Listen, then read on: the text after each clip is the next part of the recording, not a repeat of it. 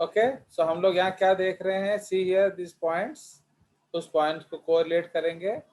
Often a longitudinal groove runs lengthwise separating the theca. ये देख रहे हो, ये पूरा लेंथवाइज जा रहा है, ये थीका को सेपरेट कर रहा है। Okay fine. उसी तरह से the bilobed nature of an anther is very distinct in the TS. ये टीएस देख रहे हो, इसमें कितना लोब दिख रहा है एंथर का, एक ये है, this is called left lobe suppose, and ये क्या है, सो ये लेफ्ट लोब है, and this is the right lobe. Understood? तो इसलिए अब now you understand what is diathecus condition. Okay, so a typical angiosperm anther is bilobe with each lobe having two theca, two walls or integuments. यहाँ आप देख रहे हो, ये Waals है, एक एपिडर्मिस, यहाँ देख रहे हो, इसमें आपका दो वाल्स है, एक एपिडर्मिस है, एक एंडोथेसियम है। फाइन, देख रहे हो, are you able to see the two walls? एक है Yes, sir. एक है एंडोथेसियम। फाइन, इसको हम ब्रैकेट में 1 लिख देते हैं। फाइन, एंड इसको ब्रैकेट में 2 लिखते हैं।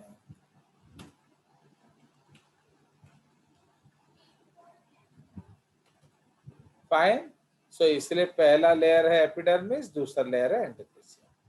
सो इसलिए इसको हम लोग क्या कहते हैं, dithecous. Okay, now the bilobe nature of an anther तो ये हम देख चुके हैं। The anther is a four sided structure. क्यों? इसमें 4 माइक्रोस्पोर टिश्यूज है, कंसिस्टिंग ऑफ 4 माइक्रोस्पोरेंजिया। ये देख रहे हो, ये जो गोल गोल टिक है, 4 microsporangia, okay, comma rich in sporogenous tissue. Okay, इसको हम लोग ब्रैकेट में लिख देंगे। तो माइक्रोस्पोरो में एक्चुअली क्या होता है, that is rich in sporogenous tissue. Sporogenous tissue का मतलब क्या है, जो स्पोर बनाएगा। तो देख रहे हो, और 4 कॉर्नर्स ये हैं। सो देख रहे हो sporogenous tissue, and this is the concept. Okay, तो ये आपका कंसेप्ट है, जिसको कि हम लिख रहे हैं। ठीक है, नाउ अब ये जो स्पोरोजिनस टिश्यू है, ओके, जो माइक्रोस्पोरेंजिया है, ये अल्टीमेटली डिवाइड करके क्या बनाएगा, they will become pollen grains. ठीक है जी, सो बोल्ड कर दिया जाए। Okay, the microsporangia develop further and become pollen sacs. They extend longitudinally all through the length of an anther and are packed with pollen grains.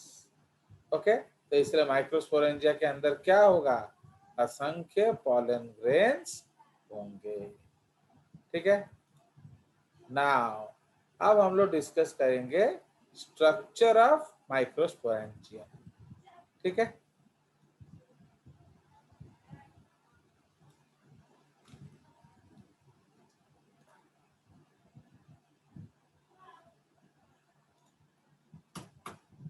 Okay, इस diagram को थोड़ा ऊपर ले जाया जाए।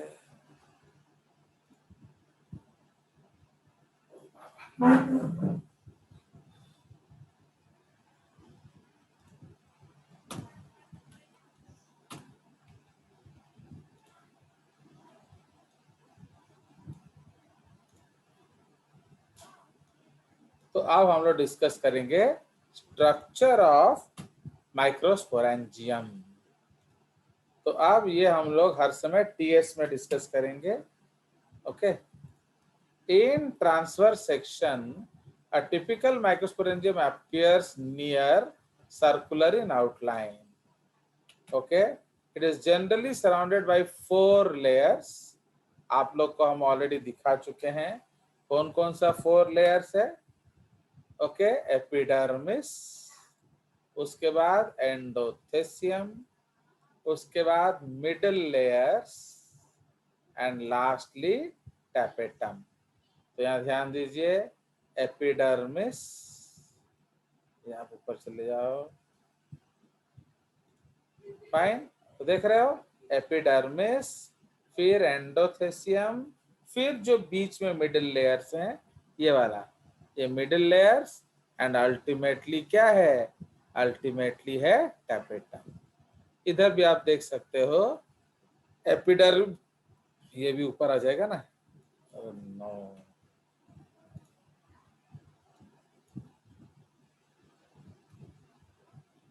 ये है ना एपिडर्मिस एंडोथेसियम, फाइन। तो एपिडर्मिस आ गया, एंडोथेसियम आ गया, उसके बाद मिडिल लेयर्स को क्या थर्ड लेयर कर देंगे, एंड लास्ट में जो टैपेटम है वो फोर्थ लेयर। ठीक है, हो गया, चलेगा, fine. Okay, so this is the case, the epidermis, endothelium, middle layers and tapetum.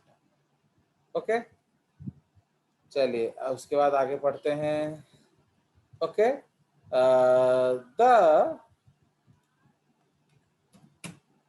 the outer 3 layers perform the function of protection and help in dehiscence of anther to release the pollen. समझ रहे हो, तो इनका काम क्या है, इनको protein का काम फंक्शन क्या है, एक तो प्रोटेक्शन है एंड दूसरा dehiscence.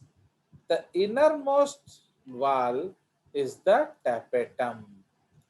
Okay, it nourishes the developing pollen grains. इसका काम क्या है, ये पॉलन ग्रेन्स को खिलाता पिलाता है।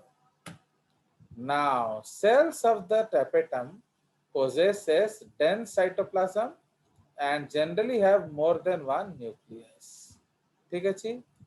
Now, when the anther is young, a group of compactly arranged homogeneous cells called sporogenous tissue occupies the center of each microsporangium. समझ रहे हो? And what is the function of this? बोलिए। So microsporangium, full stop. These cells will ultimately help in the production of क्या, microspore. ठीक है, तो ये ultimately आपका माइक्रोस्कोर बनाने में मदद करेंगे। Is it understood? बोलो। यस तो यस सर। ये सब आपका है नहीं, तो you don't need to bother, but फिर भी समझ लो कि एक्चुअली क्या क्या है, क्योंकि ये सब चीजें अगर आप थोड़ा सा भी हायर 10th का बुक्स पढ़ोगे तो ये सब मिल जाएंगे आपको। ओके, तो इसलिए जो एंथर है उसमें बेसिकली 4 लेयर है, एपिडर्मिस, एंडोथेसियम, मिडिल लेयर्स, ये सब आपका प्रोटेक्शन करते हैं एंड डेहिसेंस में मदद करते हैं, एंड जो चौथा लेयर है टैपेटम, वो नरिशमेंट में रिस्पॉन्सिबल है। अब ये चारों लेयर किसको सराउंड करते हैं, स्पोरोजिनस टिश्यू। ये जो स्पोरोजिनस टिश्यू है ये अल्टीमेटली बनाएगा आपका माइक्रोस्पोर। ओके, एंड उस प्रोसेस को क्या कहते हैं, microspore by the process known as microsporogenesis. ठीक है, तो उसको हम लोग माइक्रोस्पोरोजेनेसिस से क्या बनाएंगे, माइक्रोस्पोर्स। ठीक है, तो ये हमारा टॉपिक हो गया। अब हम लोग हेडिंग दे देंगे क्या, माइक्रोस्पोरोजेनेसिस। चलिए, तो अब हम लोग डिस्कस करेंगे माइक्रोस्पोरोजेनेसिस। ओके, अब उसके बारे में हम आगे बात करेंगे। समझ रहे हो? इसलिए what is microsporogenesis? Formation of microspores. Okay,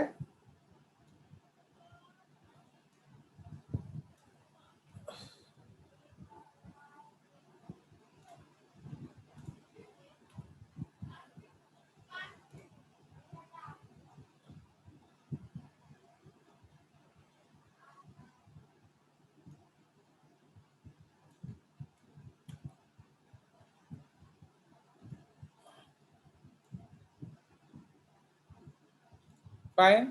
So, as the anther develops, the cells of the sporogenous tissue undergo meiosis. तो समझ रहे हो? तो who undergoes meiosis ये याद रखना। Okay, to form microspore tetrads. ये बहुत ज्यादा इंपॉर्टेंट पॉइंट है।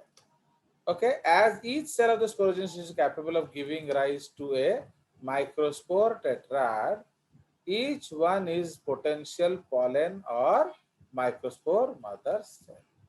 तो समझ रहे हो? Okay, इसका मतलब what is there in the sporogenous tissue? The sporogenous tissue is rich in microspore mother cell या pollen mother cell. ठीक है। So the process of formation of microspores from pollen mother cell through meiosis is called microsporogenesis. Okay, the microspores as they are formed are arranged in a cluster of 4 cells. इसको क्या कहते हैं? Microspore tetrad. Okay, तो वो उसका diagram मैं आपको दिखाऊंगा। फाइन।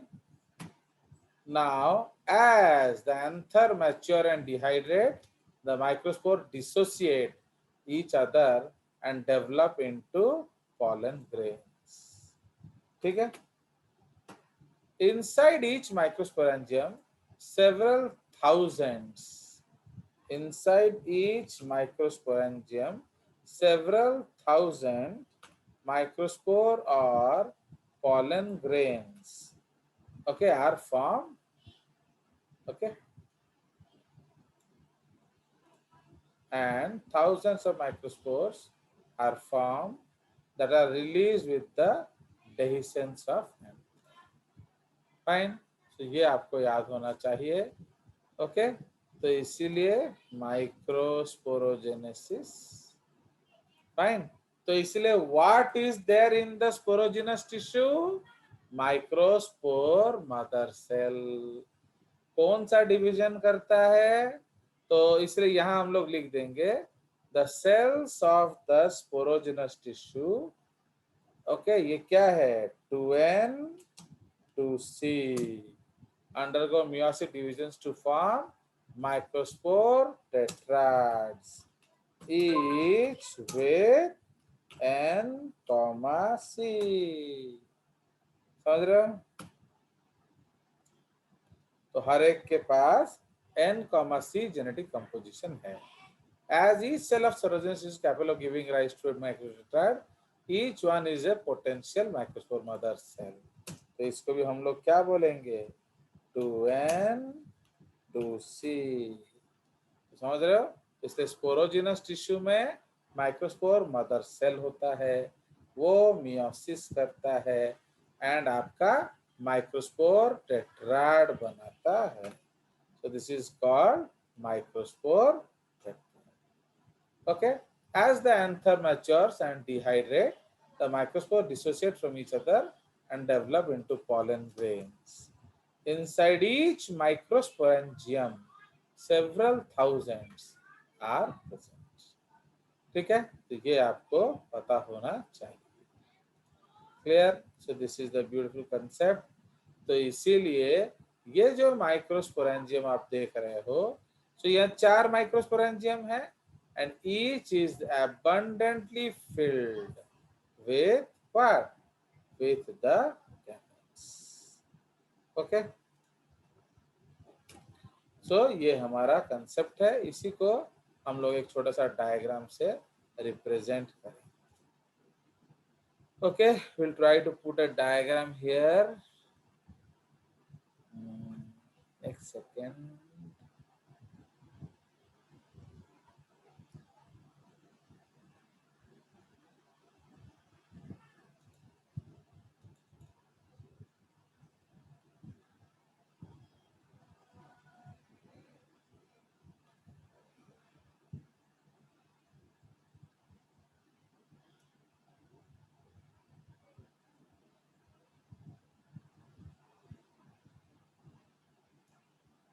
Sir, हाँ बोलो.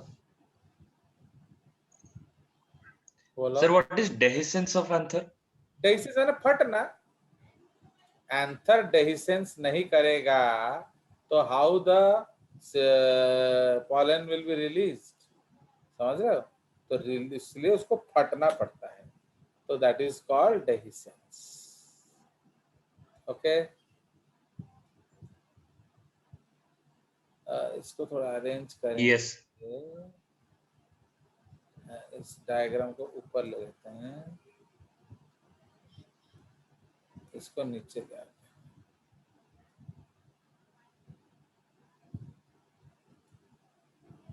So if you see this diagram, it will be clear actually.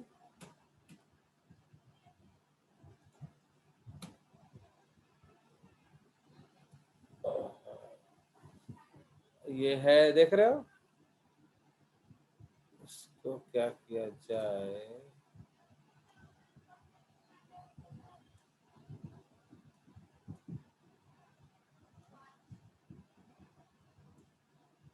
Okay,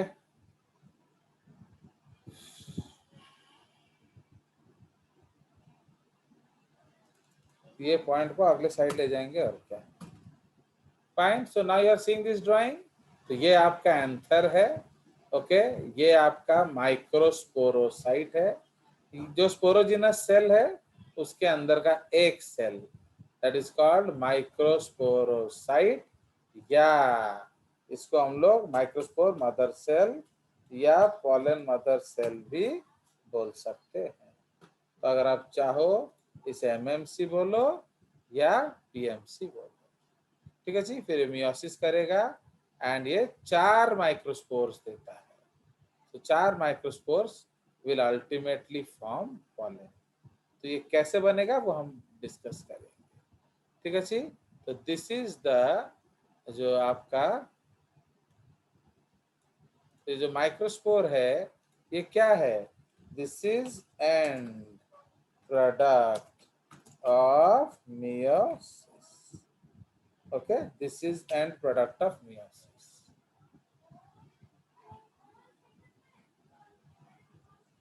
इसको थोड़ा फॉन्ट छोटा कर दें. तो ये आपका एंड प्रोडक्ट ऑफ मियोसिस होता है. ठीक है जी. बट इस माइक्रोस्पोर मदर सेल को आपको पॉलन में कन्वर्ट करना पड़ता है. वहां एक और डिवीजन होता है, दैट इज कॉल्ड माइटोसिस. तो वही हम लोग आगे चलेंगे.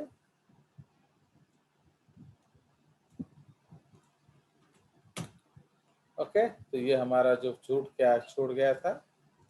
चलिए, तो उसके बाद अब हम लोग पॉलन बनाएंगे. तो अब what is a pollen grain, उसके बारे में लिखते हैं.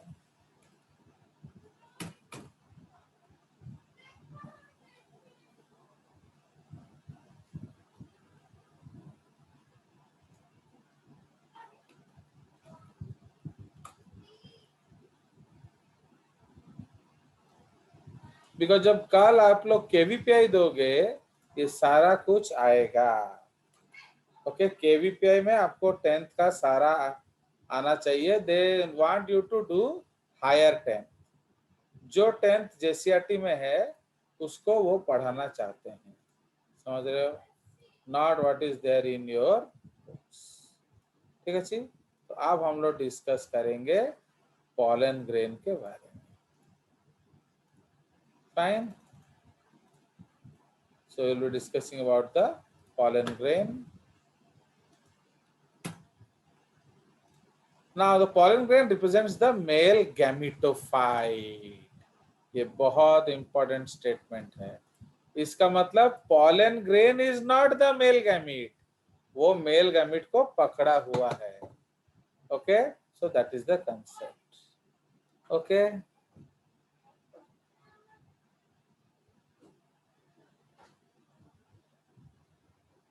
Okay, ये सब लिखने की जरूरत नहीं है. Pollen grains are generally spherical, measuring about 20 to 25 mu. Okay, micron in diameter. It has a prominent two-layered wall. Okay, the hard outer cell called the hard outer layer is called what? Exine. ठीक है, उसको हम exine कहते हैं. And it is made up of क्या? Sporopollenin. ये one of the hardest structures on earth है. Made up of, इसको भी मैं कैप्स में लिख दे रहा हूं, sporopollenin. Okay, sporopollenin. Okay, which is one of the most resistant organic material known. Okay, on earth. ठीक है जी. So ये याद रखना. Why? So the outer layer is called exine and is made of sporopollenin, which is one of the most resistant organic material known on earth. समझ रहे हो? ये बिल्कुल नॉन डिग्रेडेबल है. It can withstand high temperatures and strong acids and alkali.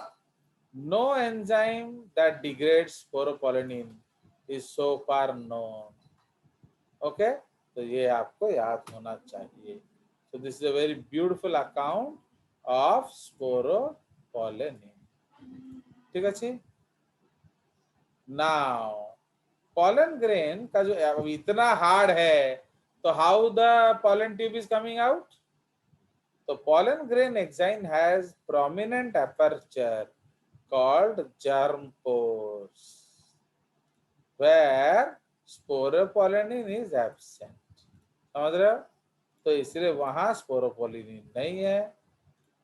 Pollen grains are well preserved as fossils because of the presence of sporopollenin. ठीक है, ये भी एक बहुत इंपॉर्टेंट स्टेटमेंट है. Now, okay, the exine, okay, exhibits a fascinating array of patterns and designs. ये अलग अलग डिजाइन का हो सकता है. Now, what is the function of a germ pore? तो अगला क्वेश्चन हमारा ये है that what is the function of a germ pore? ये छेद रखने का जरूरत क्या था? So the inner wall of the pollen grain is, can you tell me, ये क्वेश्चन है आपका. What is the function of germ pore? Discuss in class. बोलो क्या होगा germ pore? अगर germ pore नहीं हुआ तो pollen tube बाहर नहीं निकल सकता and germination कभी नहीं होगा. Pollination. Okay. Now the inner wall of the pollen grain is called intine.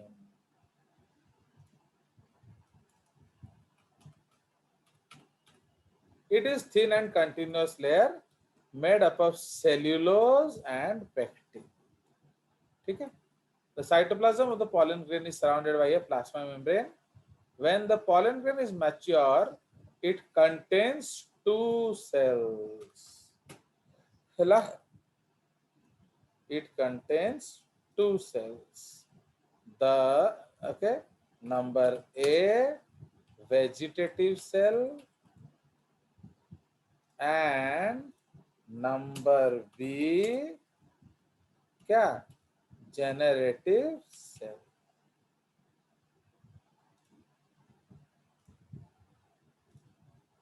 ठीक है, तो ये आप जानते हो कि ये डायग्राम हम ऑलरेडी दिखा चुके हैं आपको। तो यहाँ आप देखिए, तो यहाँ क्या है,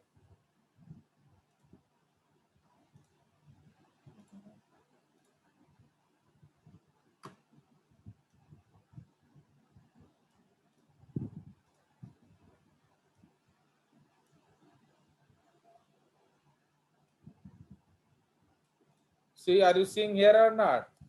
बोलो, यहाँ कितने सेल हैं? 2 सेल। 2। तो देख रहे हो, एक छोटा वाला जेनरेटिव सेल है, एक बड़ा वाला ट्यूब सेल है। इसमें आपको दिख रहा है कि नहीं ड्राइंग में? चलिए, तो अकॉर्डिंग टू दिख रहा है the sir. according to Yes, the sir. resolution passed in the meeting chaired by Rohit Raj, you said you don't want these PDFs, है कि नहीं? तो like that. तो इसलिए आप लोग को ये समझना पड़ेगा।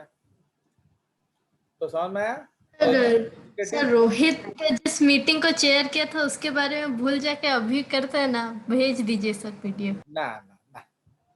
Now the vegetative cell is bigger, has abundant food reserve and large irregular shaped nucleus.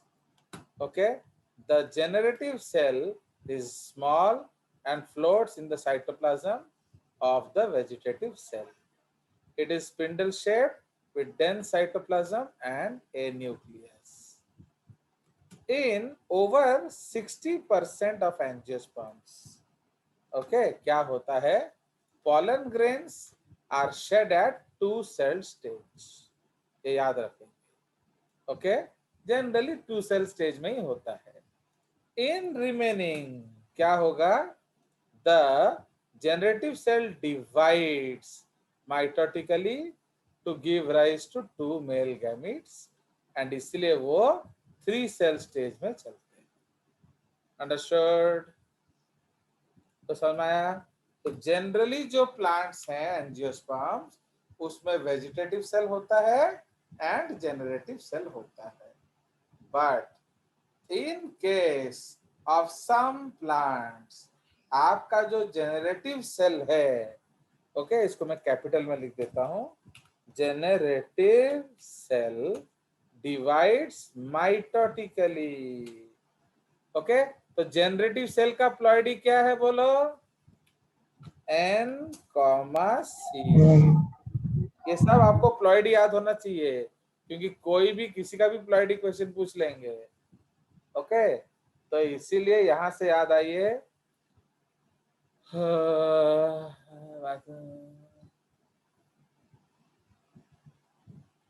ठीक है। ये जो माइक्रोस्पोर्स और पॉलन ग्रेन्स, उसका प्लॉइडी क्या है, N, C।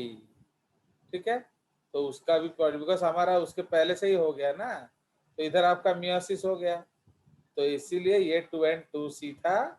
अब माइक्रोस्पोर डिवाइड कर गया, माइक्रोस्पोर टेट्राड, तो उसका जेनेटिक कंपोजिशन क्या है, ईच विथ जेनेटिक कंपोजिशन क्या, N, C। सो इसीलिए ये जो आपका माइक्रोस्पोर, तो ये जो माइक्रोस्पोर है उसका जेनेटिक कंपोजिशन क्या है, NC। तो इसीलिए माइक्रोस्पोर या जो पॉलन ग्रेन्स है, तो माइक्रोस्पोर को ही हम लोग क्या बोलते हैं, पॉलन ग्रेन्स। तो उसका प्लॉइडी ऑलरेडी NC है।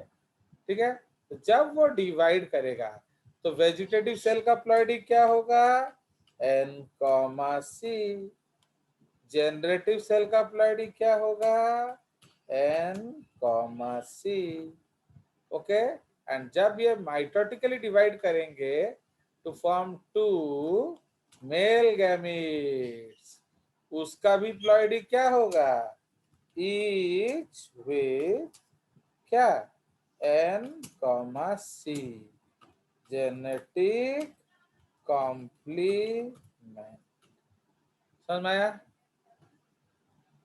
Okay, each with N, C.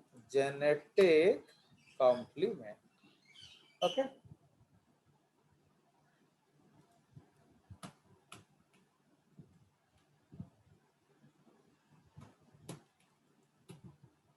Fine.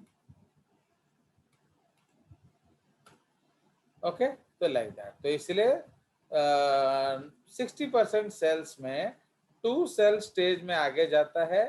इसका मतलब पॉलन ग्रेन आगे जाकर उसे उसे क्या करना पड़ता है? जर्मिनेट करना पड़ता है। ओके, एंड उसे 2 न्यूक्लियस डिवाइड बनाना पड़ता है। तो ये जो 2 न्यूक्लियस किस तरह से बनते हैं? Mitotically. Okay, so this is produced mitotically. तो इसीलिए आपका जो पॉलन ग्रेन NC है वो 2 मेल गैमिट बनाता है, each with NC genotype. Okay, so ये जो है concept, so this is called our pollen grains. ठीक है, सो ये हम लोगों ने आज डिस्कस कर लिया। क्या? Micro sporogenesis, microspore, pollen grain, male gamete। कोई शक?